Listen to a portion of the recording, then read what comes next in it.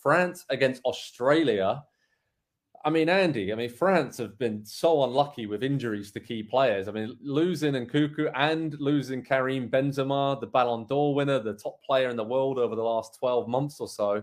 I mean, in the space of a few days, their attack has been decimated, and they already lost N'Golo Kante and Paul Pogba ahead of the World Cup. So can the reigning champs do it? I spoke to Hugo Lloris recently, and he smiled and said, and we loved that he knew this, but he just said, the last 3 World Cup champions have all gone out in the group stage. So let's just get out of the group first and we'll go from there. Yeah. But, against Australia, they'll be the heavy favourites. But it'll be interesting to see if Giroud is having a great season for AC Milan up top after being great for them last season in their title-winning campaign in Serie A, how they can build off him, because it'll be kind of like going back a bit, right, to the last World Cup where Giroud won't be tasked with scoring a lot of goals, but he's going to open the space for Griezmann and Mbappe. So is that enough for France to go far in this tournament? And they're expected to beat Australia quite handsomely, right?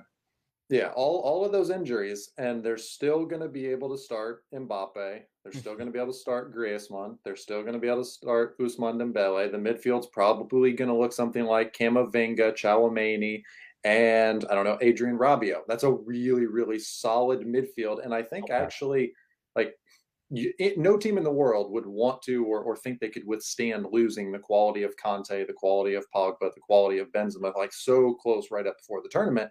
But France, 1, have the depth, and 2, I think they've got the right fit of the right pieces as well. And so they're going to be, I think they're going to be as exciting as they were 4 years ago in Russia. I think they're going to be pretty defensive, but they are really, really solid defensively. And so 1, they're going to be very tough to beat. I think that's going to be the identity of this team. If you're looking for a team that's going to score a ton of goals, I don't think it's going to be them. But obviously all the experience that they have a number of the World Cup winners from 4 years ago in this team. It just feels like everybody's overlooked them a little bit, because maybe it's the past champions issue that we've had in tournaments past. It's obviously the injuries, but I don't quite get why nobody, I don't know. They are an automatic semifinal team to me, in my opinion, and it feels like they're being overlooked for that.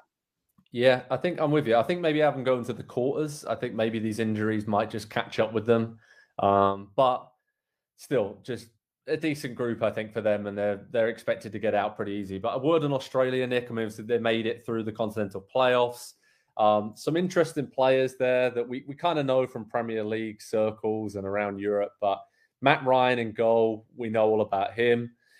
And then elsewhere, just a really interesting crop of just hard-working players. They'll be tough to play against, but I think there's a real lack of quality in this Australian team. So they just got to sit back against France, get through that, and then hopefully just almost save themselves for maybe getting a point against Denmark and then maybe beating Tunisia and hoping that would be enough. But they're kind of just there for the experience of the World Cup, aren't they, Australia? I'm glad you said it. That's what I was going to say. They are happy to be there. They're going to go as hard as they can. But in some places, they're too green. In other places, they're too old. They don't have a lot of players who are sitting there in the sweet spot of their careers.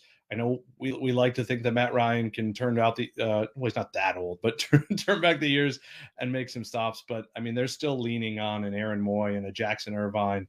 I don't know where the goals are going to come from. I don't know where the stops are going to come from, and I don't know where the possession is going to come from. Outside of that, should be a really good tournament for the Socceroos.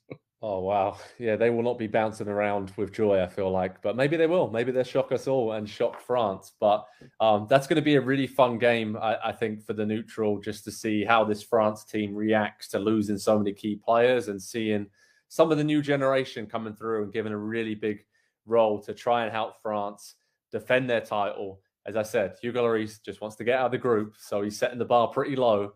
But I think we all agree they can go a lot further than that. So head over to Pro Soccer Talk for all the latest on France against Australia, all the games coming up on day 3. We have previews, how to watch information, all the latest that you need. We'll keep you updated with recaps and analysis on all 64 games during this World Cup tournament.